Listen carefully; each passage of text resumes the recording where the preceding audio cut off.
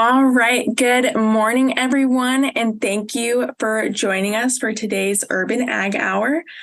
We are so excited that you guys were able to join us this morning, and we are going to hear from some amazing speakers. So, the Urban Agriculture Production Small Scale and Beginning Farmer Program has partnered with the USDA, NRCS, and FSA to offer this series. And today we will hear from two very knowledgeable men.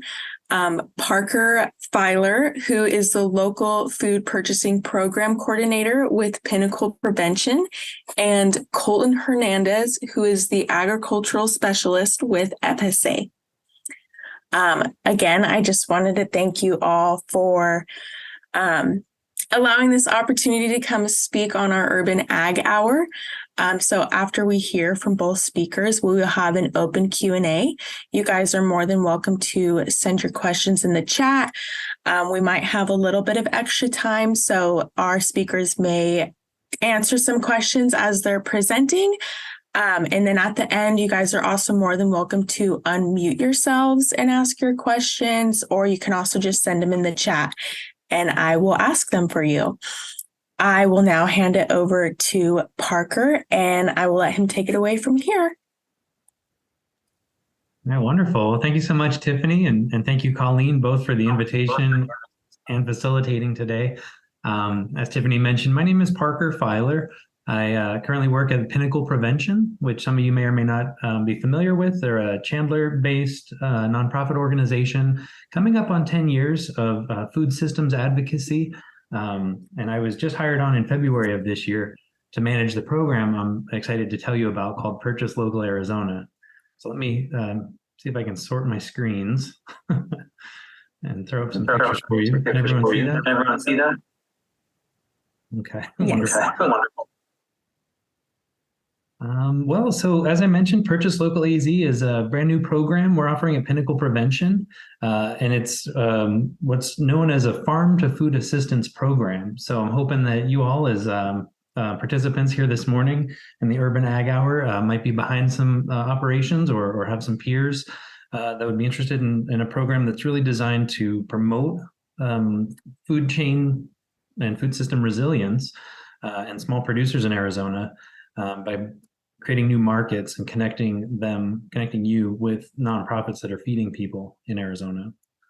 As I mentioned, Pinnacle Prevention is my organization, and you'll see how we stood up Purchase Local Arizona as one of our many programs.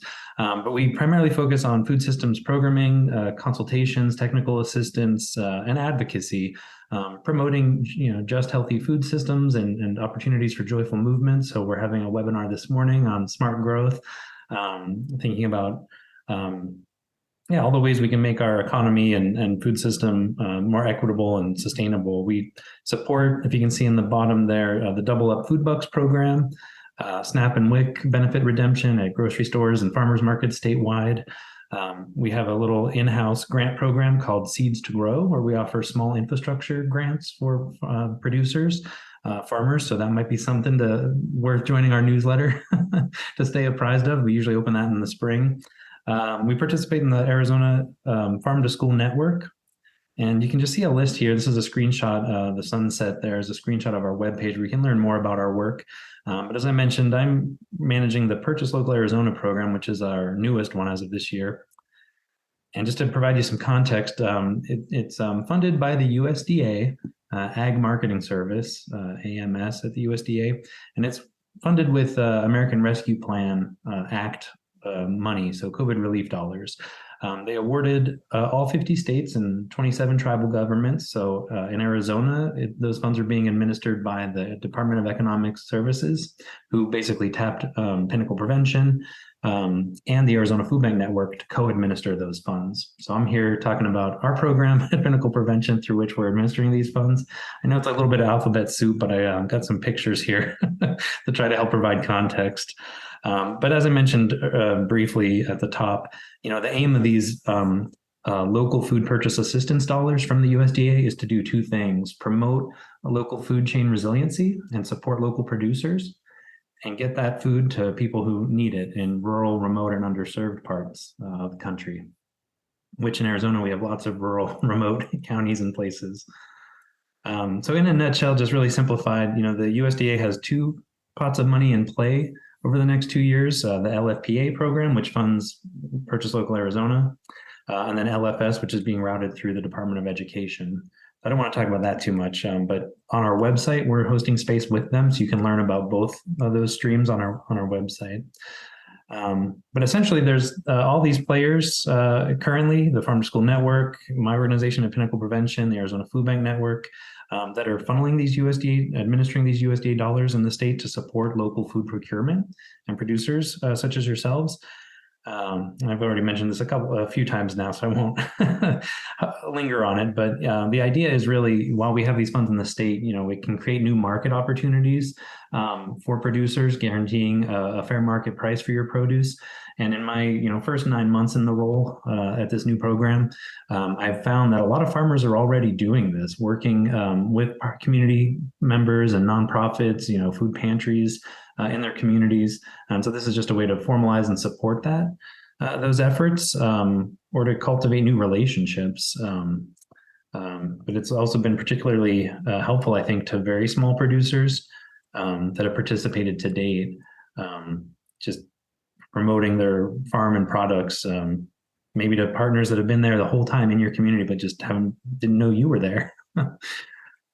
So the program basics for Purchase Local Arizona with me at Pinnacle Prevention, we do operate on a net 30 reimbursement model.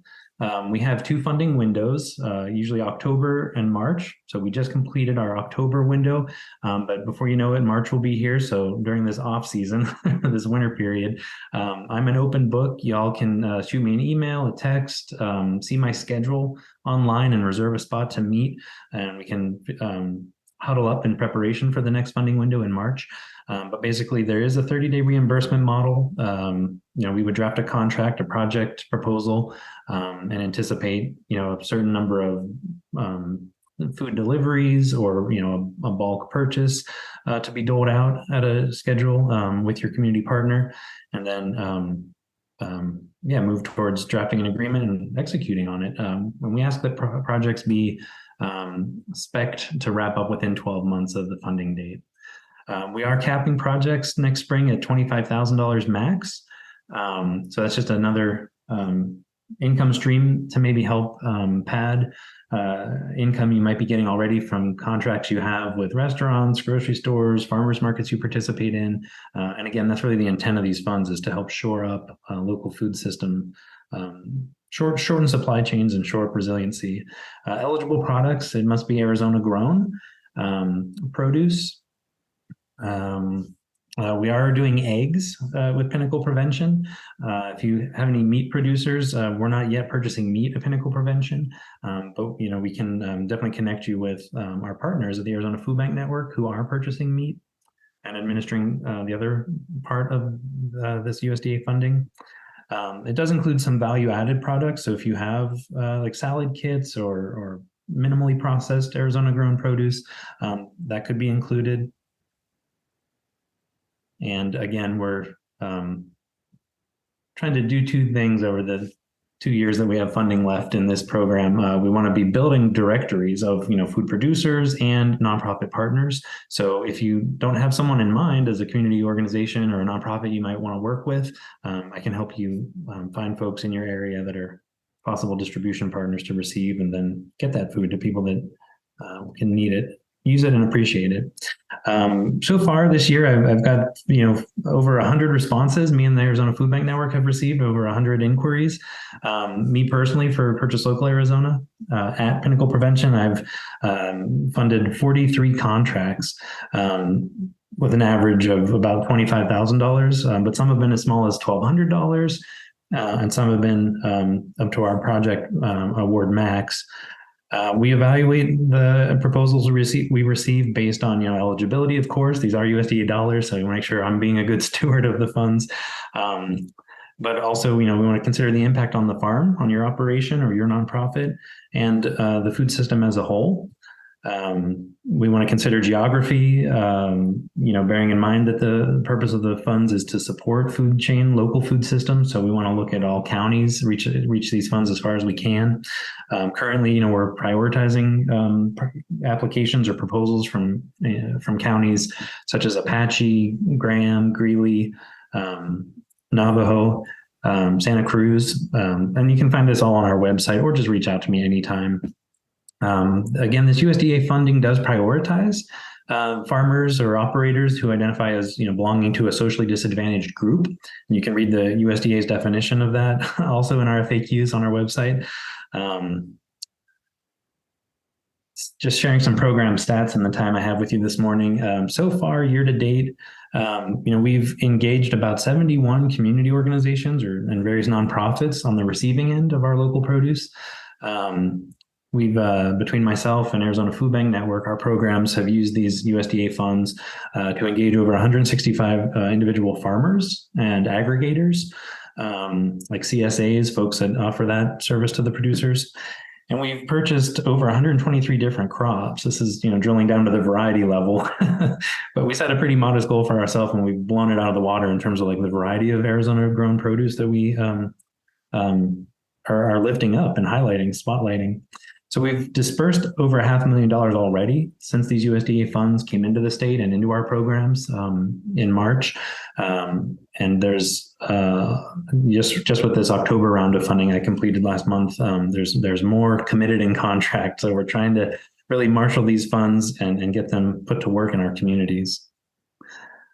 So yeah, I'm feeling a little bit like a broken record, but as you can see, this is from a USDA AMS review or publicity for the local food purchase assistance program, just summarizing the intentions of supporting local producers, getting the food to folks who need it, and building partnerships between these two key elements of our food systems.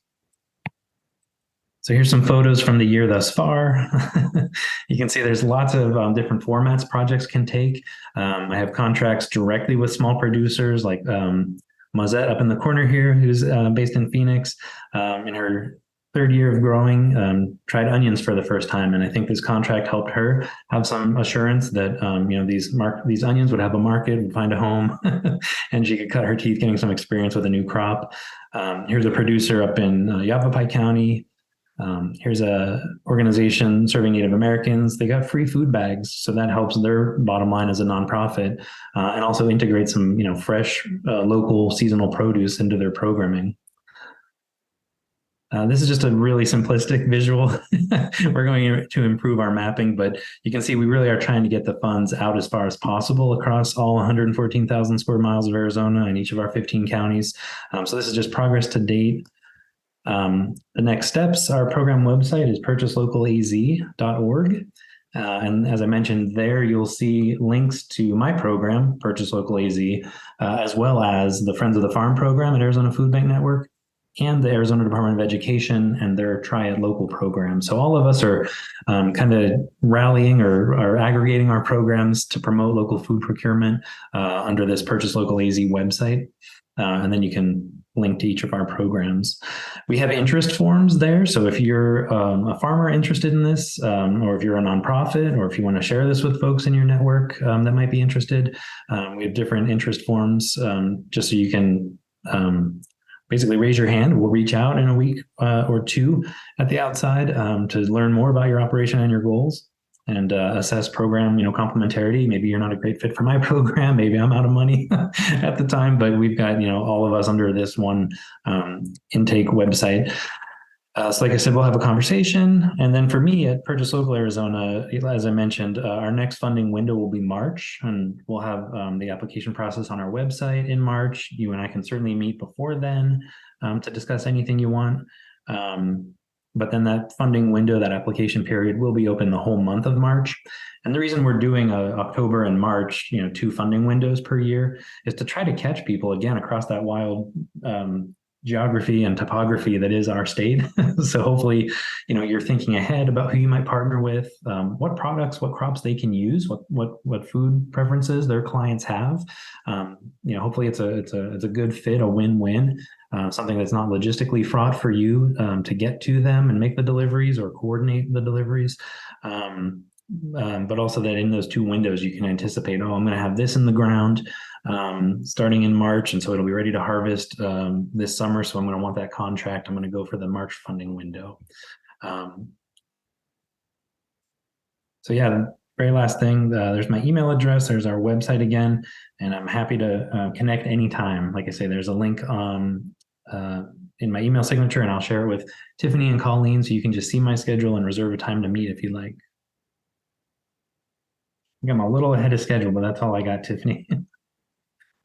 That is okay. Thank you so much, Parker. And we will make sure to post your email in the chat and send it out to people if anyone has any questions that they think of after the Urban Ag Hour. I will now turn it over to Colton and we will hear from him. Good morning, everyone. My name is Colton Hernandez. Thank you, Tiffany. I was asked to come today. So as Tiffany said, I am one of 2 of the Arizona State Farm Program Specialists for the Farm Service Agency. So a lot of what I do and cover for the state, or one of the main things I do and cover for the state, involves payment eligibility and payment limitations, which I want to talk to you all about today. Let me turn my video off because it's distracting me seeing my own face. One second. So what I was saying is I'd like to talk to us about today, just kind of give a baseline, borderline introduction to it. Tiffany did tell me that y'all kind of did have some exposure to FSA previously, kind of exposure to general program stuff. So again, I kind of want to delve into this with you. It won't be too in depth just because I don't want to confuse anybody because it honestly does make a difference, producer by producer, stuff like that. But I want to give you guys a general information, things that I think are important for going to the county office, especially for your first time to get your farm operating plan set up and done. So yeah, let me get my presentation queued up here. One second.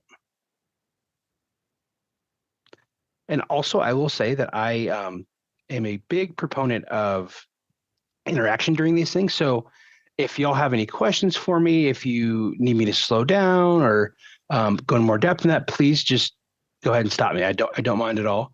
I'm here to help you, and I think this is the best way to do it is by kind of just going through it together. So especially because we are lucky to have such a unique group today. We have a little bit smaller group, so it makes it a little bit easier for us to connect. So I'll get started. So this is payment eligibility overview for the Urban Ag Hour.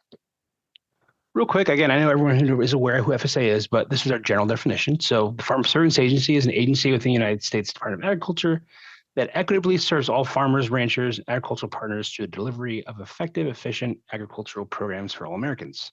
Our vision is a customer service-driven agency with a diverse and multi-talented workforce dedicated to achieving an economically and environmentally sound future for American agriculture. So that is our official agency statement, our official definition of who we are. But truly what I think we are, and I've had the pleasure of working here for now going on 8 years, it really is, especially in Arizona, a unique group of individuals who truly care about agriculture, not just in Arizona, but nationwide, and in the county offices and the state office. Everyone who works here truly cares about the producers. We care about the farmers. We care about the ranchers, everyone in between. Our job and our whole purpose of being here is to make sure that y'all have the tools possible to continue this important work, because without these continued production, we lose everything. So that really is who FSA is at our core, is a group of individuals who truly care. We want to make sure we are doing what we can to serve y'all. So that is who we are.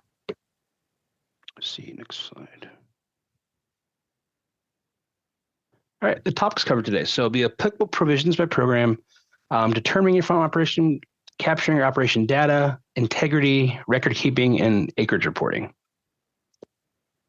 So first, what is payment eligibility? So it's a set of defined parameters per FSA or NRCS programs that participants must meet to be eligible to earn a payment through the program. Eligibility may be determined by one or more of the following. So it could be conservation compliance, which would be complying with not growing on highly vulnerable wetlands, things of that nature. You will sign forms with that. Adjusted gross income affects a few of our programs. Essentially what that is you're certifying that you make under X amount per year for your entity or as however you operate. Your foreign person entity rules essentially just states that if you have a foreign person in your operation, this needs to be notated. We'll go in that a little bit further. It affects a few programs, not many. And then finally, they actively engage in farming / cash rent tenant. It sounds like based on just the kind of operations we have and producers we have today, that this won't be as big of a topic, but I did want to cover to you guys that way because it will come up when you go to the county office to fill out your 901 and 902. So I want to make sure that you guys are at least aware of what these mean and how it all works. All right, so how do we identify eligibility? So we identify it by your CCC 902. So the first time you go into the county office, you introduce yourself, let them know you're a farmer. You can find your local county office by just going on the website and just typing in Arizona Farm Service Agency, and depending on where you live in the state by county, there'll be the listed offices there. They're open Monday through Friday. And again, so you'll first walk in, you'll say, okay, I'm a new producer. I'm looking to sign up. How do I start? So the first thing they're going to do with you is they're going to sit down and they're going to ask you questions about your operation. So that is done via the CCC 902, which is one of our forms. So that basically it will feel like an interview almost, but it's a positive one. So they'll ask you questions about your operation. They want to know where you're growing, or what are you growing? Where's the operation at? Who's a part of it? Is it just you? Do you have an LLC? Is it a general partnership? All that good stuff. And if it is, a little more in depth, then they'll ask you more questions to kind of go on that. So all this is collected, and it's all kept confidential, obviously, in the office. It's collected and essentially then it's reviewed by the county committee or the CED, and then determinations are made to see if the producer who applied would be eligible for any programs moving forward based off of eligibility and payment limitations. There is other eligibility forms that may be required, such as, again, that adjusted gross income and that conservation compliance, but again, that'll be something you do in the office, and it's more of just a one sheet. It's not more of an interview process there. All right, so applicable provisions. So this kind of gets into the meat and potatoes of what programs are affected by what. So the actively engaged in farming really truly only affects the conservation program we have here, as well as the price loss coverage program. Those won't be as utilized, it sounds like, by this group, just because based off of the size required for these participate in some of these programs.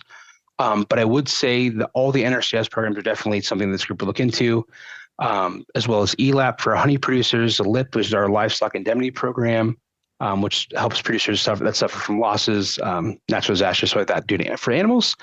Our NAP coverage, commodity loans, stuff like that. So all these are generally disaffected by these two provisions here, which would be the foreign persons and the AGI provision. Everything else doesn't have much effect, so it doesn't require as much information on your behalf or on your part. Doesn't require as much having to toe certain lines and having to meet certain provisions there. So those are the more programs we'd probably be looking at for this group. Again, as I said, for NRCS, the reason we keep bringing that up too, and I'm talking about their rules, is because to participate in NRCS programs, you do have to have a farm operating plan on file with the FSA office. We are connected. We share all the information together. All their info gets pulled from our database. So we work in cohesion to ensure that producers' needs are met. All the information is, correct there, all that good stuff. So even if you don't want to participate in FSA programs specifically, and you only want to do NRCS, grant programs, things like that, you'll still need to go into the FSA office, fill out that eligibility paperwork, or do it on the phone, and kind of get that information. But again, for these programs, all that is required is these lesser provisions, which would be the foreign persons, if it's a federal, state, or local government entity, and then if you're under that AGI limit. Other than that, participating in the NRCS programs via our pay limitation eligibility is pretty straightforward. All right, let's look at how the general rules or definitions of determining your operation plan, for operation. So I keep using that term for operation, which is basically just a business or enterprise that's engaged in producing or agricultural products. So the operation consists of your acreage, the persons or the legal entities that are part of it that have interest in it, and the proceeds from the products that you're producing. A personal legal entity may have more than one farming operation. So, for example, as myself, let's say I farm as an individual under Colton Hernandez. That's under my own social, great. And then I partner with John Farmer, and we have Colton and John Farm's partnership. That's totally allowable to do that. But again, however you're farming, you need to make sure that that's let to the FSA office know. That way they can ensure that all information is correct in there. And again, we'll go in a little bit further and why that's important. But so the interest in the farm operation means if you're an owner, a lessor, a lessee in the land, if you have an interest in the commodity that's being produced, the product, livestock, and then again, if you're a member of any of these operations themselves. So that'll be one of the questions that the FSA office asks you. Do you have any interest in the farming operations? If so, what are they? And that's how we kind of delve into that. All right, kind of bringing it all together this. So it's the application itself, the eligibility, and the payment limitation is how you achieve FSA program benefits. So remember, the producers apply for this program, or these programs. So everything has to be accurately represented by the producer themselves. We can only confirm what y'all give us. So it's truly a partnership there in terms of making sure we have the correct information so that we can make sure that everything's done right and that payment, if they can be made, that they're done correctly in the right amounts. And again, our whole really truly goal here is to ensure that y'all get help. That's what we want to do, but we need to make sure it's within the kind of confines of what we're allowable to do. Let's see. Oops. Okay. All right. Again, the importance of accuracy. So the first time you go in the county office, it definitely will feel like an interview, like I said, or at least it should. They're going to ask you a multitude of questions regarding your operation, how it runs. Please don't take it personal. I know some people a little bit like to keep things private, and I totally understand that. But in order for us to be able to kind of help you with this and get this information done correctly, we do have to ask some questions. It's not that they're being nosy. Again, this information isn't shared with anybody else except for NRCS if it's requested, and that's only if you apply for NRCS programs. Otherwise, this information isn't given to anyone. It's all secured there. So again, it's important that we have the information on your CC 902 that's accurate so that can be loaded into our business file. So we can't properly apply our payment eligibility and limitations without knowing how your operation runs, who's a part of it, who's involved in it, who should be getting paid, et cetera. So again, that involves that kind of interview style process, which can be done either in person or over the phone, truly whatever is most comfortable for you. These are just kind of a list for common participant types. So it could be an individual that's operating under their own social. We might have legal entities such as corporations, LLCs, limited liability partnerships. Joint operations are pretty common in Arizona, whether they're general partnerships or informal joint ventures that are using a tax ID of one of the members. And then finally, trusts, revocable, irrevocable. So there is quite a bit of room in terms of how you operate and how you're set up. So that we can work with you in a variety of ways. It just depends on what you have going on. And then from there, that kind of has an effect on how that all flows through. So that'll be one of the first questions, again, the county office asks, how are you operating? Are you a single person? Are you an entity? XYZ. And then from there, it goes kind of deep into it. All right. For married individuals, just a general rule of thumb, this is a Wisconsin slide, sorry, but again, involves us too. So essentially both spouses, if they're involved in the labor and management of the farming operation, then it will be an informal joint venture between the two individuals. If one of the husband or the wife is not participating in the operation, it would just be an individual, and that's how we would go from there. All righty, capturing farm operation data. So again, why we need this data, why we ask these questions, why do we want to know how you're operating, who's part of it, all that. So it's all done based on a case-by-case basis, determining eligibility for the applicable programs and the producer themselves. So that CCC 902 that I keep mentioning, the operating plan, is the designated document to obtain that information, which again, the CD or the COC will use to make a determination based on that for eligibility. After that's been taken, this information is then put into our business file, and then that's essentially a main database, which you call MIDAS, which has all of our information in it, along with farm records. And that's how we track, again, who's doing what, how they're operating, if they're participating in programs, XYZ, and NRCS does use that as well. All right, the operating plan itself. So the operating plan will be loaded in a subsidiary business file, which again, they'll be doing with you at your desk. More or less, this should be done in time, real time in person or on the phone. But again, it's if you plan on going to the county office to sign up for programs or do an operating plan, I suggest allowing yourself some time because it should take a little bit of time for them to interview you, ask these questions, XYZ. Again, these questions aren't limited to, are you renting the land? Are you owning it? How do you get your capital? Who's part of the operation? Who has signature authority? Stuff like that. I won't go too deep into it just because I don't want to confuse anybody. But just want to have a general idea of some of the questions they might ask you when you go in, kind of what to expect there. This actively engage in farming, you'll hear this from the office, and I wanted to make sure this, again, I don't think will have a large effect on this group, but I wanted to make sure everyone's aware of kind of what it means. So truly only affects our ARC PLC program, but in order to be considered actively engaged in farming, you have to have contributions of both your left and right hand, which means the operation or the entity itself is providing capital to the operation, they're providing land to the operation, equipment, or some combination of thereof. Same thing with the right hand. It'll be the operation, the participants in it, where are they providing labor, management, or a combination thereof.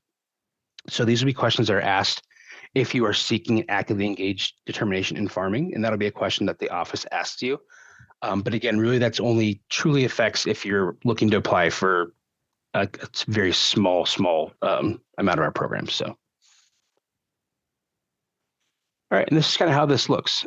So general process, we shut the business file, we get your information, we get your contribution summary. So again, capital, land, if you have any custom services, do you hire anyone to help with picking or spraying, anything like that?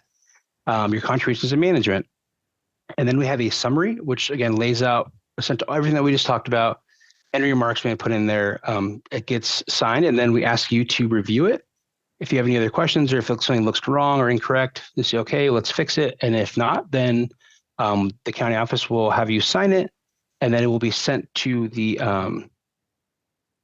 COC or CED for their review. And then they will send you a letter within 60 days letting you know that everything's been approved or they have more questions. And then from there, you'll be in our system and locked in. Not locked in, I shouldn't say that. You'll be in our system and be able to start utilizing our programs. So again, that CC 901 is not always used, but it can be by the office. It just kind of helps get, if you have a larger operation or an operation that's not just a single entity or single member, they might use the CC 901 to get a better idea of who's part of your operation. If it's a general partnership, who's in it? Their information, their, what their percentage of the operation is, what are they providing the operation, XYZ. So that will be used for, again, member information for kind of large scale entities, but it just depends there on your operations running. Signature authority is super important. So you'll see this on the 902 and 901. So essentially this will designate where who can sign on behalf of your business or your entity. So whether that's you as a individual, whether that's your partner, whoever that is, this is essentially how we will designate who is allowed to sign for you. The FSA 211 is also another avenue to do this, and so you can designate additional individuals to have signature authority if you want to. But the main thing to remember that is once the signature authority is granted, you have to go in and retract it if you no longer want that individual to have that authority. If they have that authority, again, I try to hammer this in because if that individual has that authority, they can make any decisions with FSA solely without your concurrence because they have that authority to sign on behalf of the operation. So that is something to think about. I do like to kind of give that warning to people. Just make sure that you know who you're giving authority to is a legit member operation who has decision-making power. All right, revising these. So plans can be revised. Otherwise, so plans are considered continuous. So once you go in and you sign up for a program or you sign up your farm operating plan, that will carry over from year to year. You don't have to do anything further. It's set up and done. It's set up and done. The only time you have to do anything different is if you have a change to your operation. Let's say you pick up some land. Let's say you you got a new loan. You started doing custom servicing or whatever the case is, any change to your operation, you add new members, let the county office know as soon as possible. That way they can make an amendment to your operating plan and get everything signed and situated. That way it's all copacetic in our system and it shows that you are operating how you currently are, because If we are operating on the basis of knowledge that you operated in a way previous and now it's changed because you've added members, whatever the case is, that will affect how you are eligible for programs.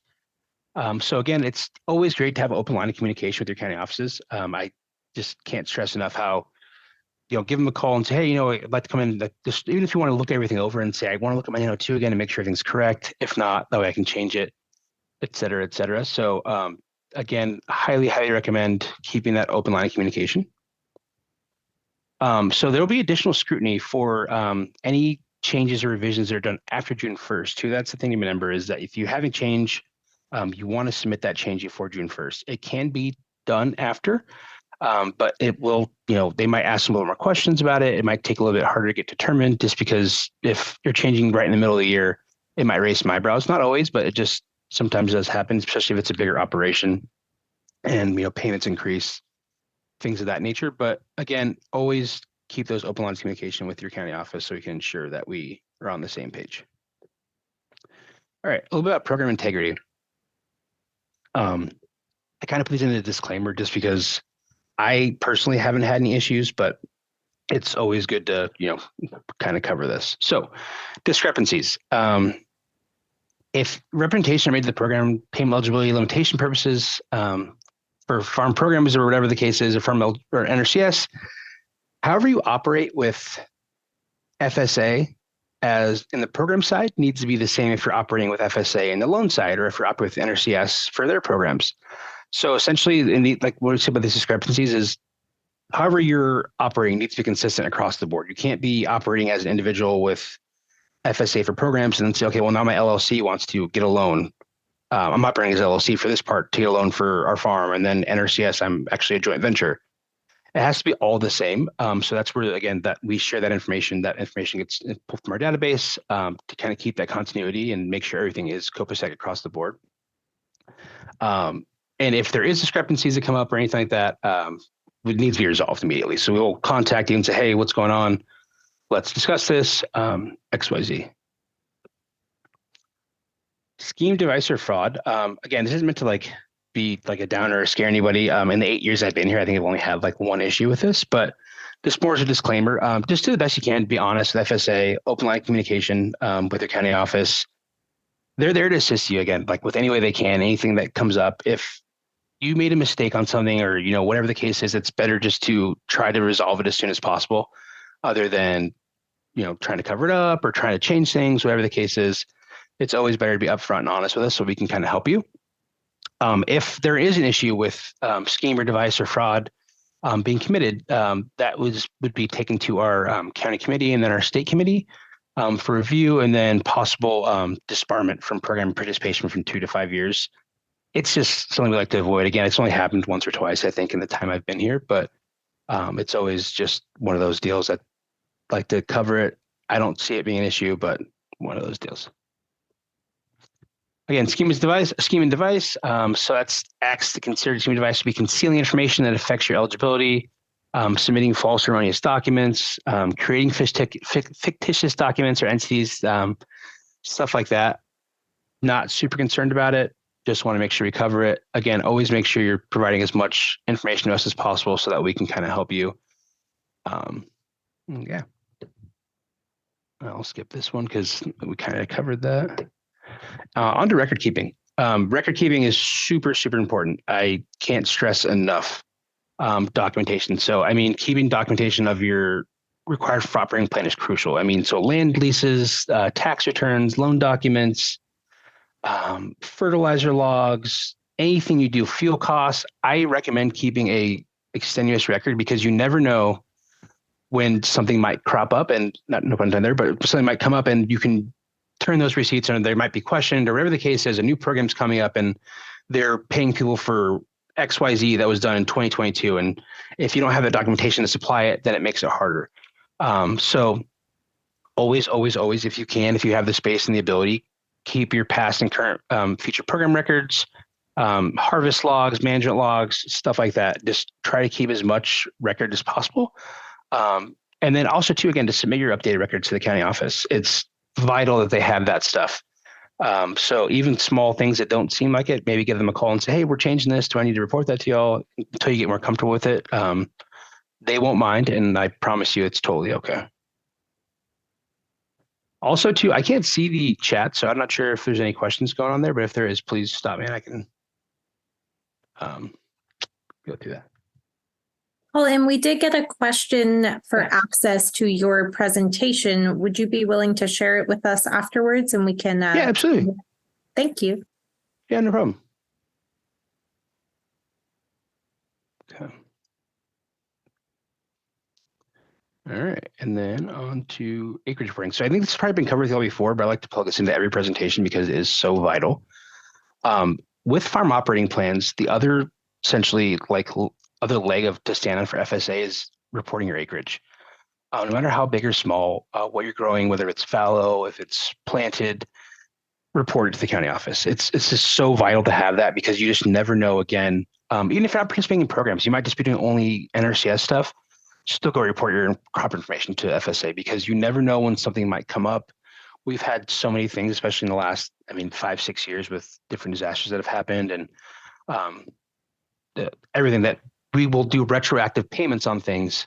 And it helps to have your history already established because if you're already established in there, it's okay. Yep. Let's pull the information. They're good to go. Let's get them paid as opposed to, okay, now I have to bring all my stuff. I have to establish that I was actually had farmland in that time for this program XYZ. It's better to have this on the forefront and to just be in the system for acreage reporting. It takes a very minimal amount of time, but it is so crucial. And it's basically for almost all of our programs to be eligible. You'll need to have that acreage report in. So essentially it's again, a real quick process. You come in, you let them know what you're growing or if you're not growing anything at all, and then you go from there.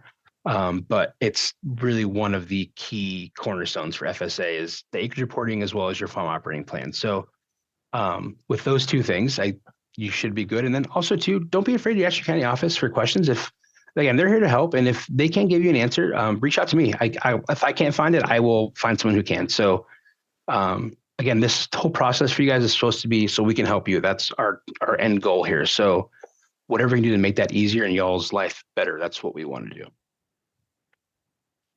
That's really all I have. So I might have gone over, or a little under. So if you have any questions for me, I'm happy to answer them now, or if y'all want to type in the chat. We do have a question in the chat asking about any app recommendations for record keeping.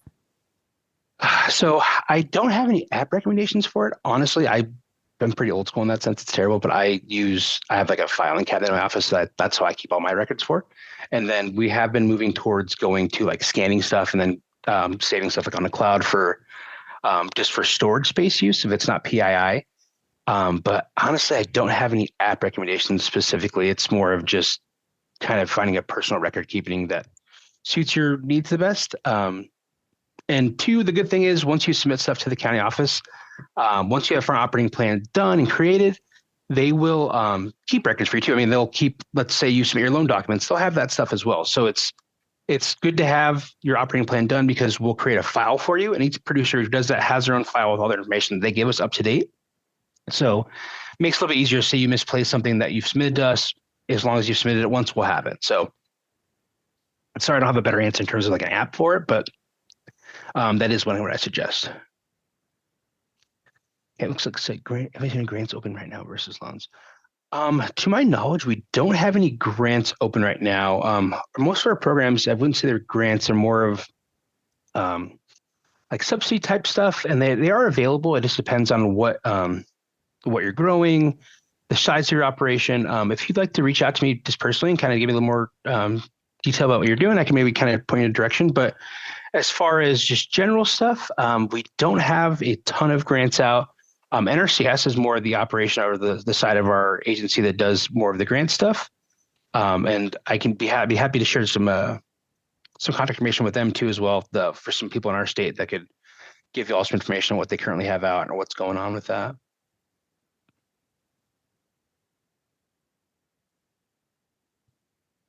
Awesome. Thank you so much, Colton. I am now going to put our survey up on the screen so that way you all can take that and then we can get some feedback for future urban ag hours. And then we will now also open up into a Q&A session. So if anybody has any more questions for either Colton or Parker, you guys are more than welcome to unmute yourselves, send your questions in the chat, and get those questions answered.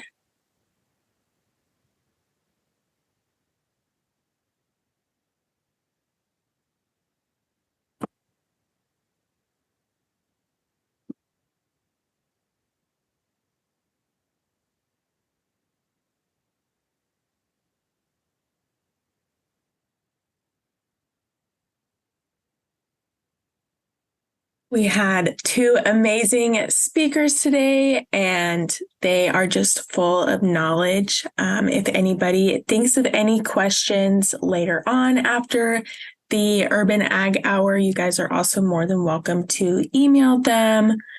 Or if you happen to think of any right now, you guys are more than welcome to ask them as well.